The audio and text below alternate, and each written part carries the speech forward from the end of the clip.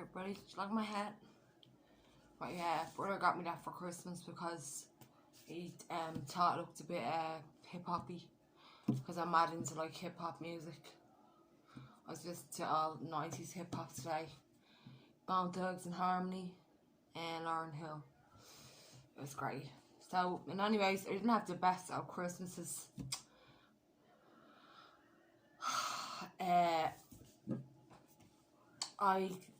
I got cellulitis on my knee for like the third time, and that's extremely dangerous because if it's not treated, it can lead to like the flesh-eating virus or septicemia.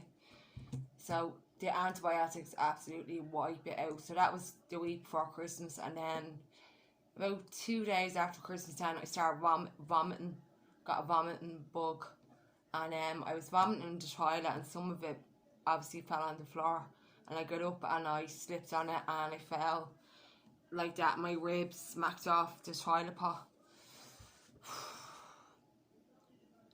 So I've learned from that now, like, it's gonna be a bag beside the bed now. See, that's it with MS. It's all, you know, you learn as you go along. And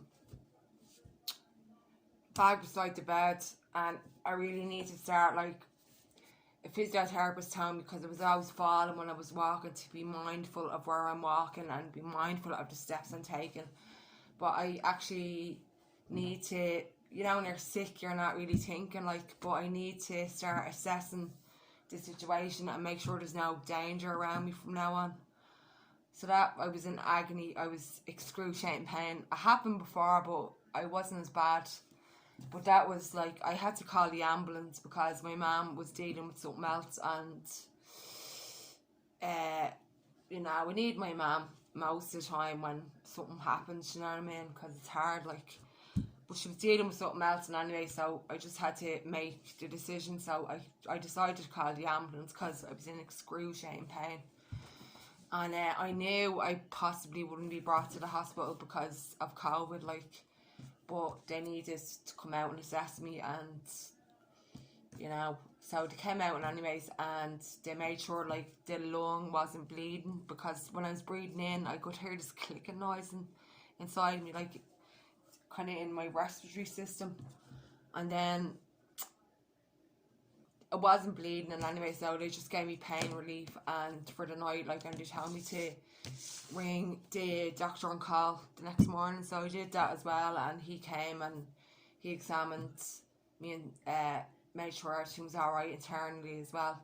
So it's just like a bad bruising of the ribs from a blunt trauma, really. So you might say, Jesus, like, that's awful, that's terrible. But I've learned to stop thinking like that now, because it's that type of thinking that has brought me into depressions.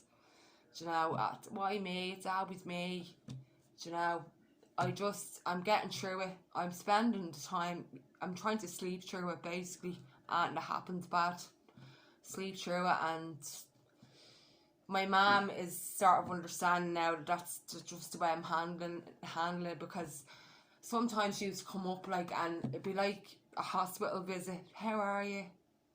Bringing up stuff and all, and I'd be non-existent. To be one word answers, yeah, no. So she's starting to learn that, you know, just leave me alone and I'd sleep through it. And so when I start getting better, I start watching documentaries on Netflix and all, and just sleep as well, and just eat and sleep, and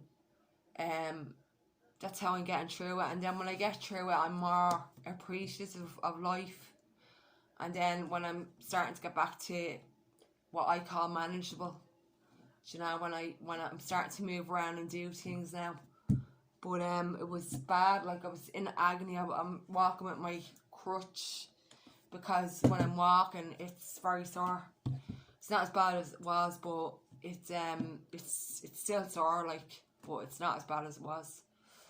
And yeah, I'm starting to, when I come out of it, then just be more appreciative of when I'm alright, and more appreciative of life, and listening to music and laughing and all, and you know, that's helping, like, because that type of thinking doesn't serve me at all.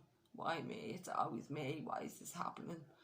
you know, and it happened at Christmas as well, and it was the one Christmas I was really looking forward to, because I actually got people presents that I thought they'd like, do you know what I mean?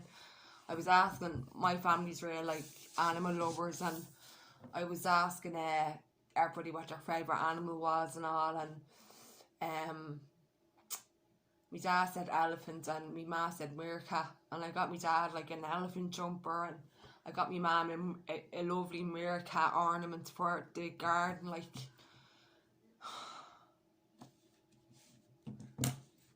So yeah, it's pretty, like, I was you know, I'm acknowledging as well, you know, when it's happening, like, this is crap, like, this is really crap, like, you know, there's no point in saying, well, it's great, because it's not.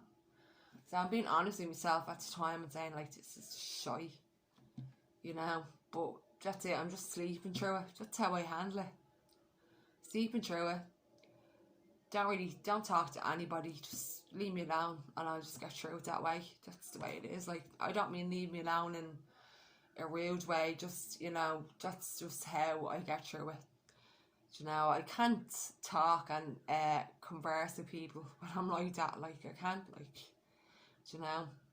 And it's not depression or anything like that, it's just the physical symptoms of what I'm going through, because, for example, a vomiting bug, and that's what happens as well, like, you know, that's how you fall and all, because it's like the MS gets worse with any kind of an infection, so you're dealing with the infection and the worsening symptoms of MS, so you're not thinking, and you're going around like that, feed the cat, and my ex takes the dog when I'm like that, and feed the cat, go back to bed, you know, that's what it's like. And you know, I didn't even see that bit of vomit on the floor. I'm sorry if anybody's eating their dinner watching this, but that's what, you know, that's what happened. And it's not like a pity party, it's just, that's what happened. And I said I was going to be real on this MS blog. And also, I don't want it to be an MS blog where I'm telling people what to do, because everybody's different, everybody's situation is different, everybody's at different phases of MS. I always believe, like, I've often seen, like, people on YouTube and all that giving advice, you know, this is how I got through this, and you can get through it that way. And I don't think one remedy fits everybody, do you know what I mean? Sometimes the same thing, one thing doesn't work for all situations, I think. That's what I think anyways. But I said I was going to move on to my mouth, but I should actually move on to my brain, because the seizures. So yeah, I had 2 seizures actually I had a mild seizure after all that as well. My legs started shaking. A very mild one, because I didn't lose consciousness during it, and my brother came up, because my mum can't drive at night, so my brother came up during that and just made sure I was okay, you know. So yeah, it's great support from your family, and like, me mum was dealing with other stuff, my dad wasn't well and all, and you know, it's great to have that support from your family, like, you know, and neighbours as well helped me through. One neighbour in particular, Donna, helped me through.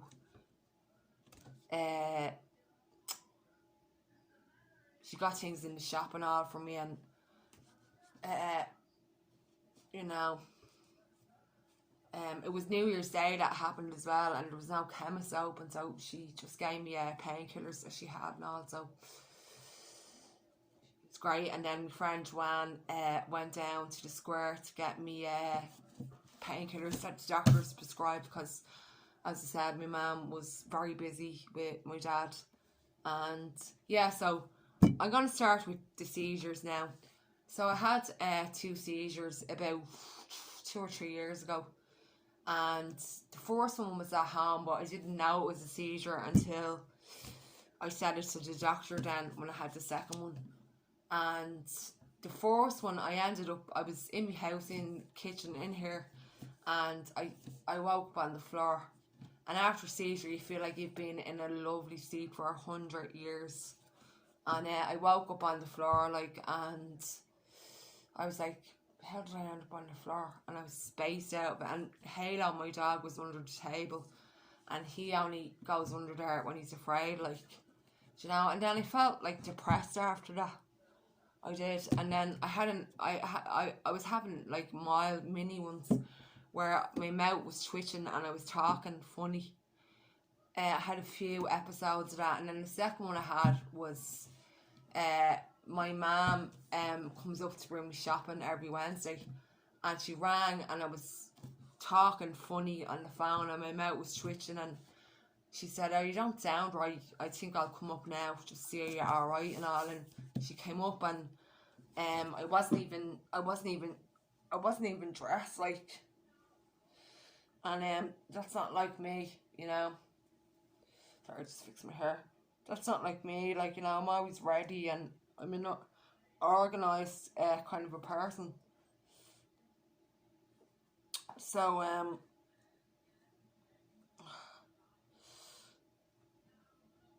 then she saw that I was talking funny, and she said, "I think I'll bring you to the doctor." And I was like, I'm alright, man. It's like you don't even really, you know, something's happening, but you're kind of spaced out. I was like, I'm alright, man. She's brought me over to the doctors, and anyways, and I went into doctor's surgery, and all I heard was the two of them. It was real like muffled talking, and then all I heard was hospital. And I stood up and I said, "I'm not going to the hospital." And then that's when it happened, and it was very frightening for my mum. She said, and like my mum doesn't really admit when she's frightened, actually, because she just doesn't, like. Well, she said to me she was scared, like, and apparently I turned blue, and she thought it was dead, like, and she goes, "Oh, doctor," like that, and he obviously knew, you know, the way it goes, like, and he said, "No, she's alright." And then the nurse came in to give me a Valium suppository, and then I went to the hospital. And it was only when I was talking to the doctor, he said, do you remember?" Because I was baffled by that first one. I was like, how did I end up on the floor? I told him about that, and he says, "Oh, that sounds like a seizure as well." So apparently, like, I'm prone to them, and I've had like a battle with the neurologist because they took me off a certain drug that was helping me stimulation wise, and I can't be on it because it could trigger seizures, like. And I always joke with the MS nurse, like, you know, after my appointments, and I was like, I tried with that drug, but chanced my arm, and she just be laughing at me. And I literally do go in, and I'm having like a debate for an hour about why I should be on this drug with them, but they always say no. And I understand now why. Do you know what I mean? Because there's a new neurologist now in Tala Hospital, and she said to me, like, you can die from seizures. And when she said that, kind of, you know,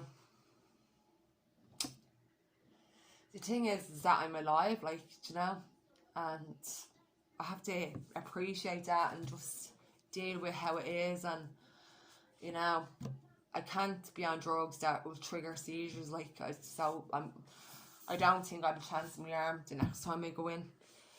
But yeah, then I went into a bit of a depression after the seizure. No, not a bit, a very deep depression, because for around 8 years I'd been dealing with more or less the same MS symptoms, tiredness, fatigue, my legs, and not all the time. It was always there, like, you know, and sometimes it will get worse, but it's always there. Well, the restless legs is not always there, but tiredness is, like.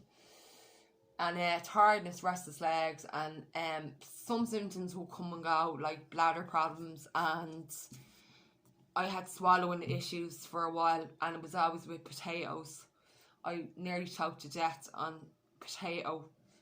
It's like the whole potato would go down before my mouth would chew it, and my airwaves and all would close, and I'd be panicking, and I'd be trying to get down, drinking water and all, and I'd be like, it's gonna be in this toilet echo that I choked on a potato.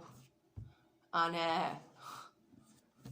but thank God, you know. And then I had to do, like, I went to the speech and language therapist in Tala Hospital, and some symptoms are like a stroke. It's like you have to retrain your body. Do you know what I mean? And then like they give you tips and all about chopping up your food and doing this with certain foods, and if it ever happens, do this and all. And so you get tools and all for dealing with certain symptoms. So those symptoms used to kind of come and go, and then I was dealing with fatigue, restless legs, and my mouth for 8 years. And then I had the seizure, and I was like, what's going on, like, And I knew it was serious, and I was like, this is getting worse. And I think seizures as well can trigger anxiety and depression, and it felt like something had changed in me, or something just didn't feel like me. And the kind of depression I go through, it's not like a sadness, it's like you're out of your body. It's like you're watching yourself. It's like you're not in your body.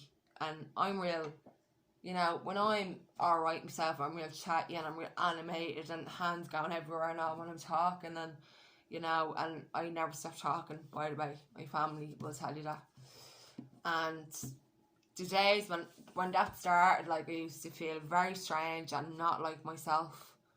And it's like you're not in your body at all. And I don't know if that's even depression, because unfortunately, because of this pandemic, I haven't gotten to see anybody yet. I put my name down just before it started, but this is why I'm doing this as well, because I need to talk about what's going on. And I'd be going around just nothing going on, no emotions, no sadness, no anger, no happiness, nothing going on inside. And it was so strange, because I'm an emotional kind of a person. When I was younger, actually, my emotions were kind of frightening, because they used to overwhelm me a little bit. So I was always a real emotional person. So to feel no emotions and all is very strange. I feel like you're not in your body. And as I said, I don't even know if that's depression. But the thing is with MS is that, as regards the mental health spectrum, it could throw anything up as well once it's in the brain. And it can throw any symptom as well up with you, because the brain controls everything. So now, as I said, I'm like, I've gone through that, and there is days I still feel like that some days, but it's getting better, I have to say. And the way I'm dealing with MS now is like what I said at the start. It's just I'm just getting through it, and I'm like, this is shite, isn't it? And then I've explained to my mum that I'm just not chatty when I literally don't want to know. I'll sleep through it, watch Netflix when I start getting a bit better, and order takeaways and all. And then when I get a bit better and all, I'll get healthy, start eating healthy food, and get back into doing my yoga and all, and walking the dog. And I love doing yoga. I was always trying to find something physical I could do to replace soccer, and I tried everything. Weights, it was too much. Plyometrics, jumping up, and this is when I could jump up and down, because the symptoms were not as bad 8 years ago. And then I'd be going out to the park and putting a count there and trying to do little sprints and all. But I tried it, and it was all trial and error, like, and there was things that were too taxing on my body. But then I found yoga, and I don't know, it's like, did you ever hear, like, I don't know, I think I heard it before, like, somebody who loses their hair and, like, their eyesight gets way better. But oh my god, my flexibility. I was doing my physio asked me to show her, like, what moves I was doing, and I was showing her and all, and she was like, you wouldn't even think you have MS doing that on the floor. I was showing my family and all one day, and they were like, I'm so flexible, and I'm so, the yoga poses I can do, and I can hold them for about 8 minutes as well. It's moving around that I have a problem with, but when I'm do yoga, you're in the same spot, And when I'm alright in myself, when I'm at my baseline, I have good strength in my body still, especially my upper body, you know. But the yoga has been a bit hit and miss in the past 6 months. When I started doing it about 6 years ago, and I would do it every day, sometimes twice a day, in the morning and before I go to bed. And there was like for about a year I was doing it twice a day, but because of the seizures and all and different things and the depression, it's been a little bit hit and miss. But I'm getting back into it. I found yoga for a rib injury to do, and I know how far I can push my body, and I know if something's too much or it's too dangerous to do.